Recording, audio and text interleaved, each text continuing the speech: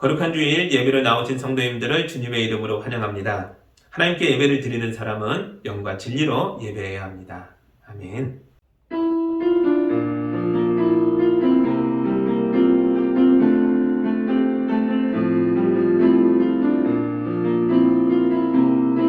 사랑과 은혜가 충만하신 하나님, 복을 주시기 위하여 만세전부터 거룩하게 구별하신 주일 아침에 우리를 성전으로 부르셔서 찬양과 경배를 드리게 하시니 감사합니다.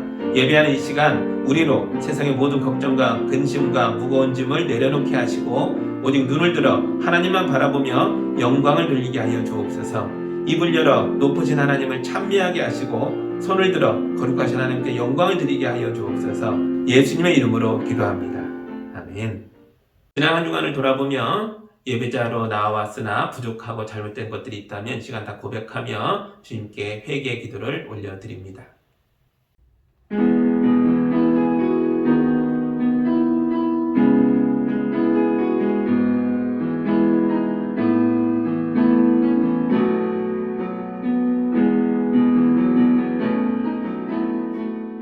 거룩하신 하나님 아버지, 지난 한 주일 동안에 있었던 일들을 뉘우치며 고백합니다. 지난 주일에도 우리는 하나님께서 주신 귀한 말씀을 마음에 새기고 새로운 결단을 하며 교회 문을 나섰습니다.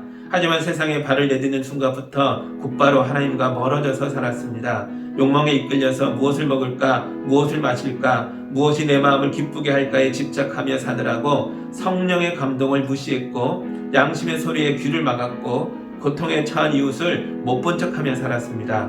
나를 향하신 하나님의 뜻이 무엇인지 잘 알면서도 요나처럼 사명의 길과 반대쪽으로 달려갔습니다. 주님, 이 모든 죄를 회개하오니 용서해 주옵소서. 예수님의 이름으로 기도합니다. 아멘. 우리 주님이 주시는 용서와 치유와 화해의 말씀을 들으시기 바랍니다. 그러나 하나님께서 빛 가운데 계신 것과 같이 우리가 빛 가운데 살아가면 우리는 서로 사귐을 가지게 되고 하나님의 아들 예수의 피가 우리를 모든 죄에서 깨끗하게 하시리라. 아멘.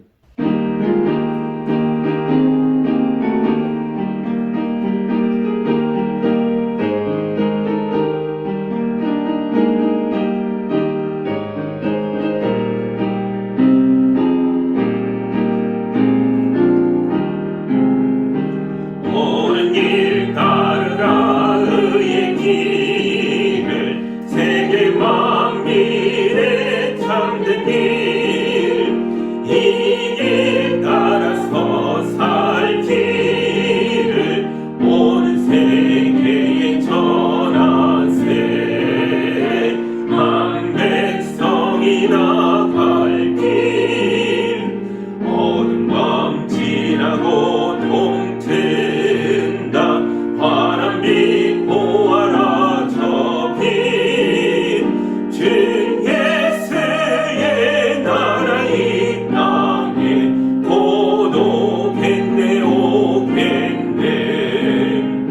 주 예수 따르라 승리의 주, 세계 만민이 나갈 길과 진리요 참 생명, 내 창검을 부수고 다 따르라 화평밤, 어두운 밤 지나고 동튼다. 바람이 보아라 저 빛, 주 예수의 나라 이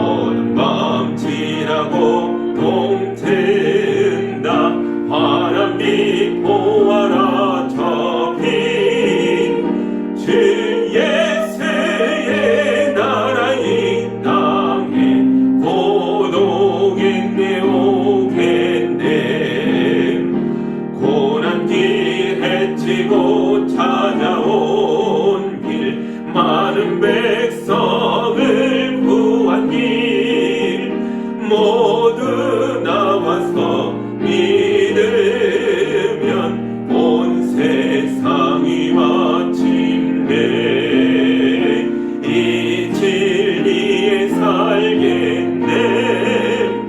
어두운 밤 지나고 동튼다. 환한 빛 보아라 저 빛. 주 예수의 나라 이 땅에 곧 오겠네 오겠네. 하나님 말씀 같이 보겠습니다. 오늘 우리에게 주시는 주님의 말씀은 요한복음 9장 1절에서 7절의 말씀입니다. 하나님 말씀을 봉독할 때 여러분도 함께 보시기 바랍니다.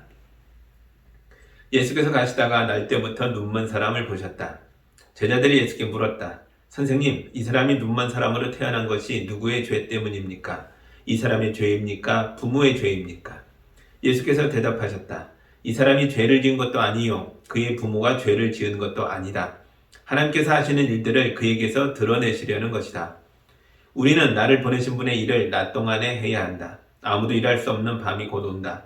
내가 세상에 있는 동안 나는 세상의 빛이다. 예수께서 이 말씀을 하신 뒤에 땅에 침을 뱉어서 그것으로 진흙을 개어 그의 눈에 바르시고 그에게 실로암 못으로 가서 씻으라고 말씀하셨다. 실로암은 번역하면 보냄을 받았다는 뜻이다. 그 눈먼 사람이 가서 씻고 눈이 밝아져서 돌아갔다. 아멘. 자, 기도합니다.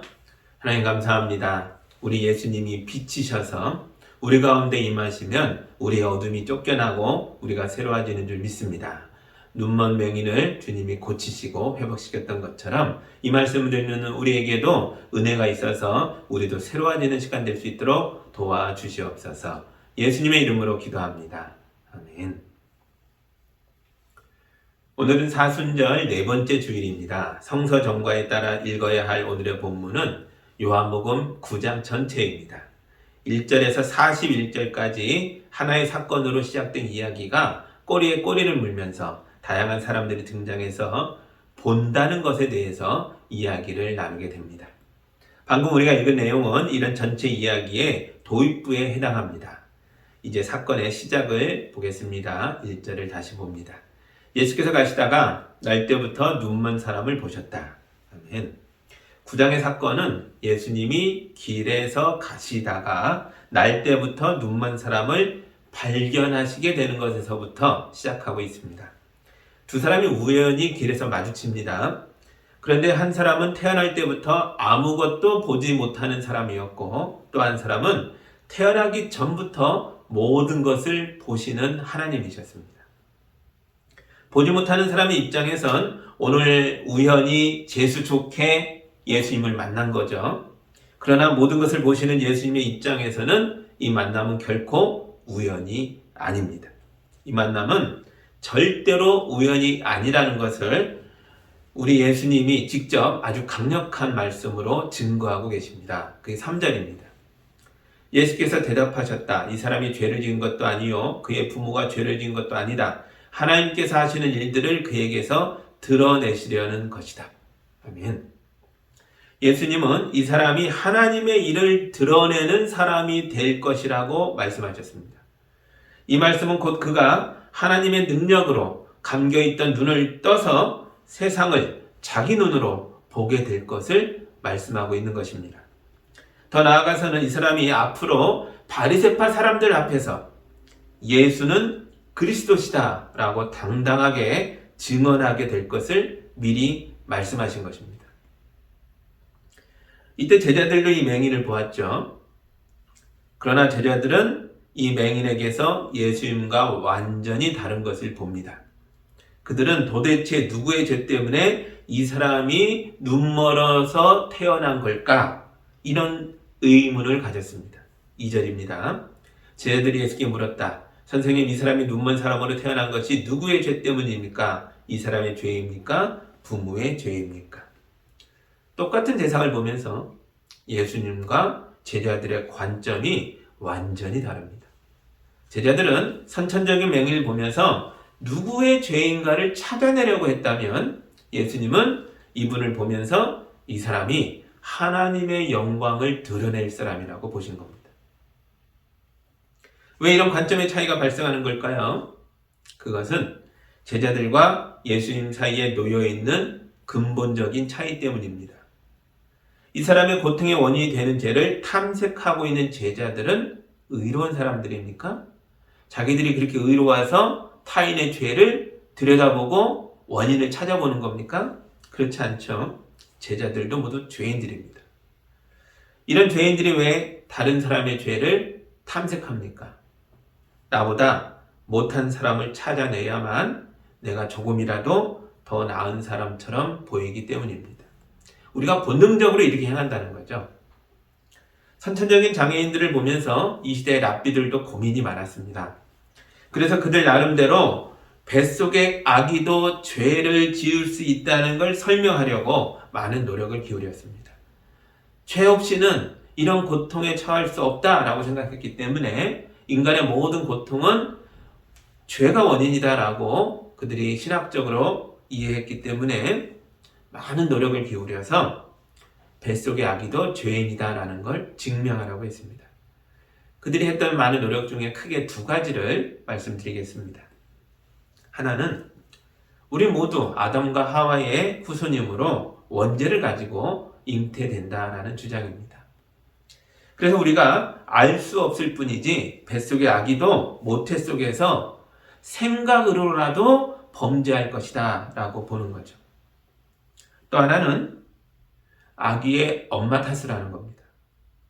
예를 들어 임신한 여자가 이교도 사원에 가서 우상 숭배를 했다면 그 엄마의 뱃속에 있는 아기도 우상 숭배에 참여한 거나 마찬가지라는 논리로 설명하는 거죠. 랍비들은 이런 식으로 어떻게든 고통의 원인이 되는 죄를 찾아내서 그들을 정죄하려고 합니다. 이렇게 경건한 사람들은 길고 긴 죄의 목록을 만들었습니다.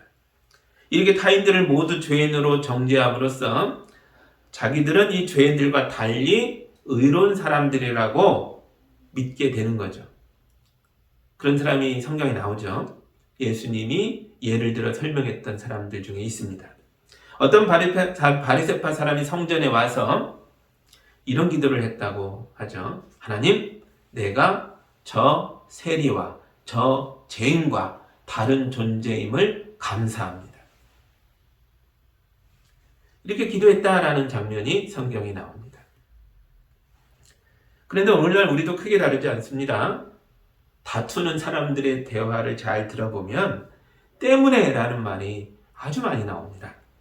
화가 나서 물건을 부수고 사람을 때려놓고 너 때문에 라고 말하는 거죠. 내가 이렇게 화난 거 너 때문이야. 내가 이거 부신 거 너 때문이야. 어떤 자녀는 자기 인생에 문제가 생길 때마다 부모 때문에 라고 말하고 어떤 부모는 반대로 자식 때문에 라고 말합니다. 문제의 원인을 다른 사람 탓으로 돌려버리면 잠깐은 내 마음이 편할 수 있을지 모릅니다. 그러나 이런 마음을 가진 사람은 나의 문제를 다루고 해결해야 하는 사람이 내가 아니라 언제나 다른 사람이기 때문에 내 인생의 고통은 영원히 끝나지 않을 것입니다. 그러나 예수님은 이 사람의 죄를 찾아보실 필요가 없으셨습니다. 랍비들의 말대로 이 세상 모든 사람이 죄인이기 때문입니다. 날 때부터 눈먼 사람과 그의 부모뿐만 아니라 이 사람의 죄를 탐색하는 제자들도 모두 죄인입니다. 그러므로 앞으로 나오게 될 동네 사람들과 눈이 고쳐진 사람을 붙들고 그를 다시 정죄하며 야단을 치는 바리새파 사람들도 모두 죄인들입니다. 이 구장에 많은 인물이 등장하지만 예수님 외에는 모두 죄인들입니다. 죄인들끼리 누구 죄가 더 크냐, 누구 죄가 원인이냐 그렇게 갑론을박하고 있었던 거죠. 예수님이 이 땅의 모든 고난의 배후에 죄가 도사리고 있다는 걸 아주 잘 알고 계십니다. 그래서 이 죄를 해결하기 위하여 그리하여 사람들을 고통과 고난과 재난에서 구원하기 위하여 의로우신 하나님의 아들이 이 세상에 오신 것입니다. 예수님은 날 때부터 눈이 멀어 있는 이 죄인을 보면서 이 죄인이 하나님께 영광을 돌릴 사람이라고 말씀하셨습니다. 우리 예수님은 이 맹인을 정죄하고 있는 제자들을 보면서도 똑같이 말씀하시는 분이십니다. 흠이 많은 베드로를 보면서 바요나 시몬아 너는 반석이다. 이 반석 위에 내 교회를 세우겠다. 이렇게 말씀하셨고요. 의심이 많은 그래서 나사렛에서 무슨 사는 것이 나오겠느냐라고 말했던 나다나엘을 보면서 너는 참된 이스라엘이다. 이렇게 말씀하셨습니다. 심지어 세리장으로 모두에게 미움받고 있던 여리고 성의 삭개오를 보면서 오늘 구원이 이 집에 이르렀다. 이 사람도 아브라함의 자손이다 라고 말씀하셨습니다. 우리는 타인의 죄를 탐색하는데 예수님은 그의 가능성, 그의 하나님의 자녀됨, 아브라함의 자손됨, 구원받음에 대해서 말씀하고 계시다는 거죠. 우리가 예수님을 보는 것도 중요하지만 그것보다 더 중요한 건 예수님이 나를 봐주시는 우리 예수님의 관점을 받아들이는 게 굉장히 중요합니다. 베드로는 예수님이 반석이라고 말씀하실 때 그 말씀을 받아들여서 교회의 기둥 같은 사도가 되었습니다. 나다나엘은 예수님이 참된 이스라엘 사람이라고 말씀하실 때 그 관점을 받아들여서 예수님의 가장 신실한 제자 중에 하나가 되었습니다. 삭개오도 그렇죠. 예수님이 아브라함의 자손이다라고 선언하는 관점을 받아들여서 그도 이 말씀대로 자기 재산을 다 팔아 가난한 사람들에게 나누어 주면서 의로운 삶을 살고자 노력하게 되었습니다. 돼지 눈에는 돼지만 보인다고 하죠. 죄인의 눈에는 죄인만 보입니다. 심리학에서 이걸 투사라고 합니다. 어떤 부모는 자기의 부족함을 자기 자식에게서 발견할 때마다 굉장히 화를 내면서 자녀를 야단칩니다. 자기의 죄의식, 열등감, 자기 미움, 자기 학대, 자기 공격성 같은 감정을 자기 자식에게 투사하는 것입니다. 부모가 자기 문제를 자식에게 떠넘긴다고 해서 해결되는 건 아무것도 없습니다. 이런 잘못된 떠넘김은 자기도 괴롭고 자녀의 정신 건강도 망치는 일이 될 것입니다. 우리가 비록 문제투성이지만 이런 나를 있는 그대로 받아들여 주시는 하나님이 계심을 감사하시기 바랍니다. 예수님은 세상의 빛이십니다. 우리가 예수 안에 머물면 그것은 바로 우리가 빛 속에 거하는 것과 마찬가지입니다. 우리는 빛이신 예수님의 관점과 예수님의 사랑을 받아들임으로써 나의 문제를 똑바로 쳐다볼 수 있게 되고 성령의 능력 안에서 그 문제들을 하나씩 하나씩 고쳐나갈 수 있습니다. 그래서 예수 안에 있는 사람은 남 탓을 하지 않습니다. 이 맹인도 그렇습니다. 그는 예수님이 자기를 쳐다보신 것에 대해서 감사했습니다. 그리고 예수님이 자기에게 행하시는 일들을 모두 받아들입니다. 예수님이 땅에 침을 뱉어서 그것으로 진흙을 깨어 그의 눈에 바르셨는데 이걸 맹인이 받아들인 것입니다. 또한 그는 예수님이 시키는 일들을 모두 수행합니다. 예수님이 그에게 실로암 못으로 가서 씻으라고 하셨는데 이 말을 듣고 이 눈먼 사람이 멀리 있는 실로암 못까지 더듬더듬 찾아가서 그 물로 눈을 씻었습니다. 그러자 그의 눈이 밝아져서 세상 만물을 볼 수 있게 되었습니다. 우리 인생에서도 크고 작은 어려움이 있습니다. 여러분 그게 누구 죄 때문인 것 같습니까? 질문을 바꿔보겠습니다. 내 고통의 원인이 되는 사람을 찾아내면 그걸로 내 문제가 해결됩니까? 그 사람이 내 말을 듣고 한순간에 변화해서 내게 엎드려 용서를 빌고 내가 입은 피해를 보상해 줍니까? 그런 일은 잘 일어나지 않죠. 우리가 일본의 범죄를 얼마나 많이 지적했습니까? 그래서 일본이 회개했습니까? 변했습니까? 일본이 변하면 위안부 할머니들이 또 강제징용의 피해자들이 모든 고통을 씻어내고 자유로워지는 것입니까? 우리의 자유와 평화와 회복이 그들 손에 달려있는 것입니까? 그렇지 않다는 거죠. 일본의 사제와 피해자들이 자유로워지는 건 별개의 문제입니다. 우리는 일본의 사제를 끝까지 받아내려고 노력해야 합니다. 그러나 일본의 사제와는 별도로 피해자들은 오늘도 자유롭고 행복해져야 하는 것입니다.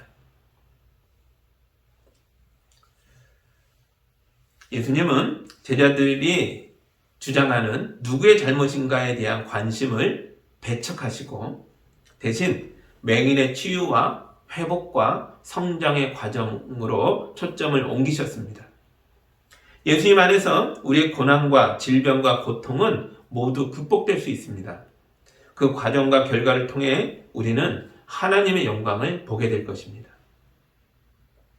저희 아이가 아프자 많은 사람들이 연락을 해서 본인들이 겪었던 일들을 이야기해 주셨습니다. 어떤 어머니는 날 때부터 정신발달이 느린 아들을 키우고 있었습니다. 그 어머니께서 우리에게 오셔서 우리를 위로해 주셨습니다. 어떤 아버지는 코로나 유행이 시작하던 해에 미국에서 코로나에 감염되어 죽다 살아난 아들이 있었습니다. 그 아버지께서 우리에게 연락하셔서 우리를 위로하셨습니다. 얼마 전에는 유방암으로 수술을 하고 항암 치료를 수십 번 견뎌내신 분이 멀리 미국에서부터 우리 가정에 오셔서 우리를 위로해 주셨습니다. 이분들은 모두 질병의 이유와 원인에 대해 집착하기보다는 예수의 이름으로 질병과 고난을 극복해 가면서 하나님의 살아계심을 증언하며 자랑하시는 분들이셨습니다.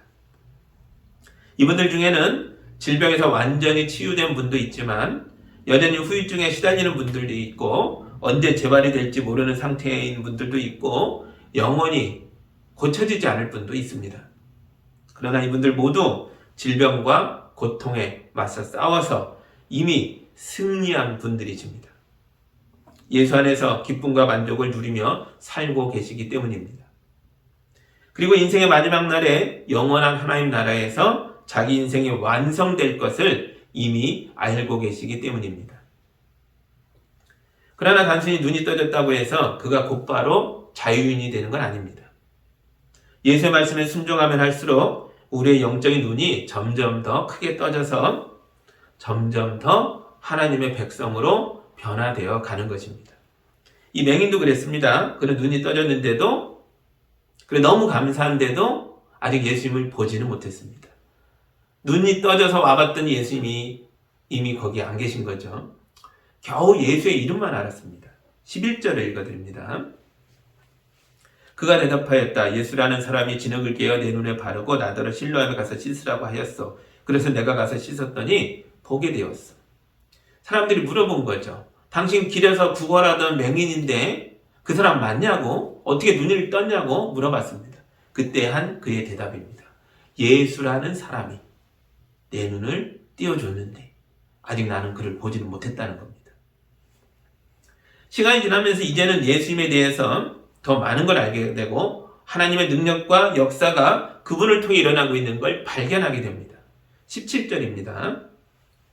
그들은 눈멀었던 사람에게 다시 물었다. 그가 당신의 눈을 뜨게 하였는데 당신은 그를 어떻게 생각하오? 그가 대답하였다. 그분은 예언자입니다. 이 사람이 예수님을 믿자 모든 게 순조로운 게 아니었습니다. 지금 너는 예수를 누구라고 생각하느냐 물었던 이 사람들은 바리새파 사람들입니다. 그들은 이 사람을 박해하고 어려움을 주고 있었습니다. 이 사람들이 이 눈을 뜨게 된 사람을 축하해주고 격려해주고 함께 감사하며 기뻐한 게 아닙니다. 그들은 이 사람을 협박합니다. 24절을 읽어드립니다. 바리새파 사람들은 눈멀었던 그 사람을 두 번째로 불러서 말하였다. 영광을 하나님께 돌려라. 우리가 알기로 그 사람은 죄인이다. 제자들이 날 때부터 맹인이 이 사람을 향해 본인 죄입니까? 부모 죄입니까? 물었던 것처럼 바리새파 사람들은 이 사람의 눈을 열어주신 하나님의 아들을 향해 그는 죄인이다 라고 선언하고 있는 거죠. 이 사람이 압박을 이겨내고 신앙을 고백할 때마다 많은 어려움을 겪게 됩니다. 그런데도 그는 믿음이 흔들리는 것이 아니라 더욱더 굳건해져 갑니다. 25절 읽어드립니다. 그는 이렇게 대답하였다. 나는 그분이 죄인인지 아닌지는 모릅니다. 다만 한 가지 내가 아는 것은 내가 눈이 멀었다가 지금은 보게 되었다는 것입니다. 이 사람은 하나씩 하나씩 많은 변화를 겪어나가고 있습니다. 눈만 뜬 게 아닙니다. 구걸하던 사람이 늘 눈치 보며 또 이렇게 자기를 어렵게 할 힘 있는 사람들에게 굽실대며 살았지만 이제 안 그럽니다. 마음의 눈도 열게 됐고 영의 눈도 열린 겁니다. 바리새파 사람들이 예수님을 모독하고 그를 죄인이라고 말하라고 몰아붙이는 게 부당하다는 것을 알게 되었고 정면으로 맞서서 당신들이 하는 말을 내가 알 수는 없으나 하나는 분명합니다. 그분이 나를 살리셨습니다. 이 고백을 놓치지 않는 거죠. 당당하게 고백하고 있습니다. 그리고 마침내 그가 온전해집니다. 예수님을 만나 예수님께 본인의 온전한 신앙을 고백합니다. 그 이야기가 34절부터 나옵니다. 그들은 그에게 말하였다. 네가 완전히 죄 가운데 태어났는데도 우리를 가르치려 하느냐. 그리고 그들은 그를 바깥으로 내쫓았다. 바리새파 사람들이 그 사람을 내쫓았다는 말을 예수께서 들으시고 그를 만나서 물으셨다. 네가 인자를 믿느냐. 쫓겨난 걸 아시고 예수님이 다시 찾아오셨습니다. 그리고 믿느냐라고 물었습니다. 그가 대답합니다. 선생님, 그분이 어느 분입니까? 내가 그분을 믿겠습니다. 예수께서 그에게 말씀하셨다. 너는 이미 그를 보았다. 너와 말하고 있는 사람이 바로 그이다. 그러자 이 맹인이 이렇게 고백합니다. 주님, 내가 믿습니다. 하고 말하고서 예수께 엎드려 절하였다. 아멘. 이제 이 맹인은 더 이상 맹인이 아닙니다. 그냥 육체의 눈이 떠져서 맹인이 아니라는 게 아닙니다. 그의 영적인 눈이 완전히 열렸기 때문에 맹인이 아닙니다. 그는 이제부터 하나님의 영광을 보며 영원한 하나님 나라의 백성이 되어 오직 하나님께만 영광을 돌리는 예수의 제자의 삶을 살게 될 것입니다. 예수의 말씀대로 이 사람은 하나님의 영광을 드러내기 위해서 태어난 사람이 된 것입니다. 그러나 바리새파 사람들은 어떻습니까? 자기들이 맹인을 압박해서 이제 겨우 눈을 뜨게 된 사람을 다시 죄인으로 만들려고 그들을 더 억누르고 압박하는데도 본인들이 어떤 죄를 짓고 있는지를 깨닫지도 못하고 있습니다. 자기들도 죄의 종이면서 타인의 죄를 들추며 거룩한 척하는 거죠. 이런 거짓말로는 구원받을 수 없습니다. 40절과 41절 마저 봅니다. 예수와 함께 있던 바리새파 사람들이 이 말씀을 듣고 나서 말하였다. 우리도 눈이 먼 사람이란 말이요. 예수께서 그들에게 말씀하셨다. 너희가 눈이 먼 사람들이라면 도리어 죄가 없을 것이다. 그러나 너희가 지금 본다고 말하니 너희의 죄가 그대로 남아있다. 나도 눈 감은 죄인이라는 것을 깨닫지 못하기에 여전히 죄가 남아있다는 주님의 말씀입니다. 오직 예수님만이 우리의 눈을 뜨게 해주십니다. 오늘 말씀의 주인공처럼 여러분도 예수님을 믿으시기 바랍니다. 예수의 말씀에 순종하고 이 말씀을 실천하면서 이 세상에서 예수 따르미로 고난을 받으시기 바랍니다. 이게 믿음의 연단입니다. 그때 이 말씀이 우리에게 우리 인생에 의미를 부여해주고 우리가 하나님께 영광을 돌리기 위해 태어난 거룩한 사람들이라는 것을 깨닫게 해줄 것입니다. 우리 마침내 영이 눈에 열려서 우리 주의 영광을 보며 하나님의 자녀가 되어 영원한 하나님 나라의 백성으로 살아가게 될 것입니다. 이 말씀이 우리 모두의 말씀이 되기를 주님의 이름으로 축복합니다. 기도하겠습니다. 하나님 감사합니다.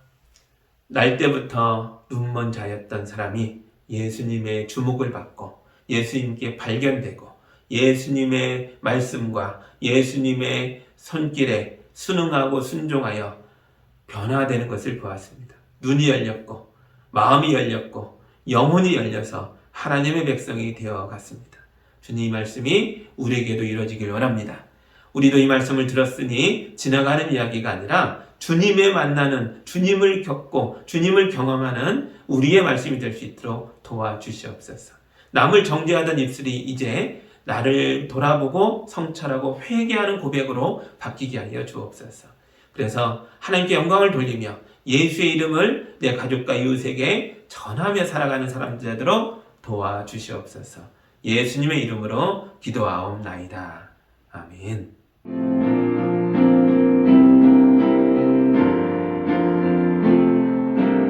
사랑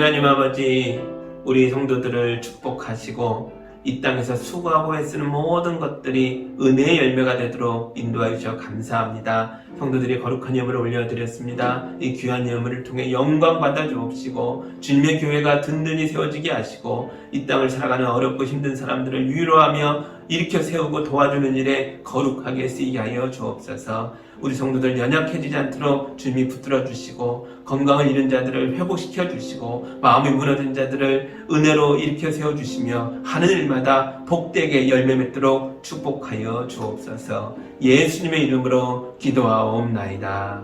아멘.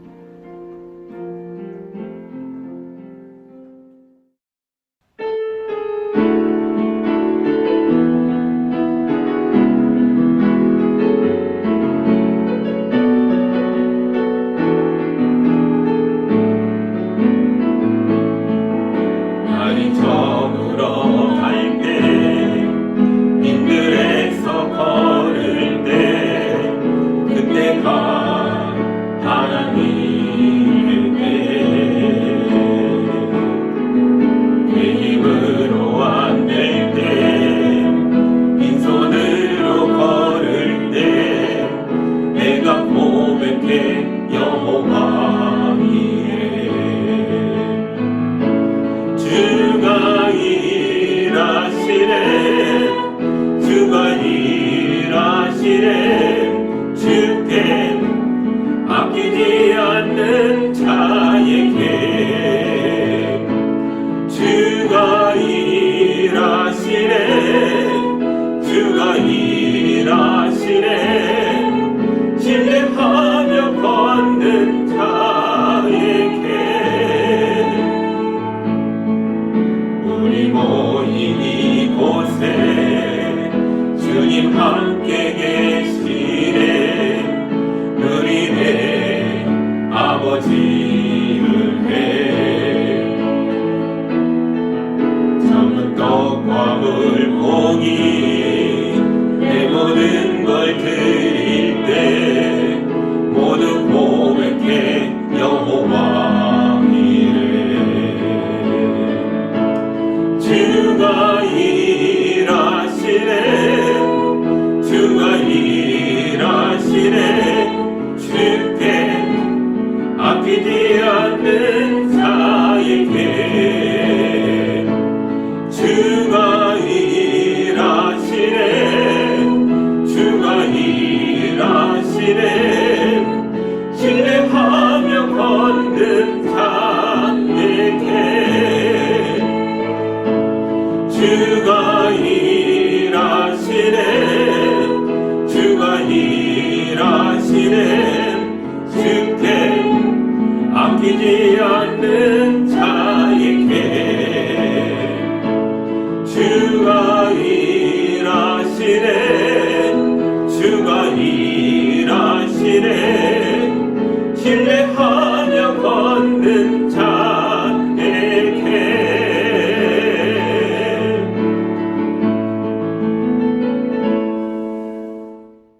이제는 우리 주 예수 그리스도의 은혜와 우리 하나님 아버지의 크신 사랑하심과 성령님의 인도하심과 교통하심이 주의 말씀에 아멘하고 삶으로 담대하게 나가는 모든 성도들 위해 이제로부터 영까지 함께하기를 간절히 축원하옵나이다.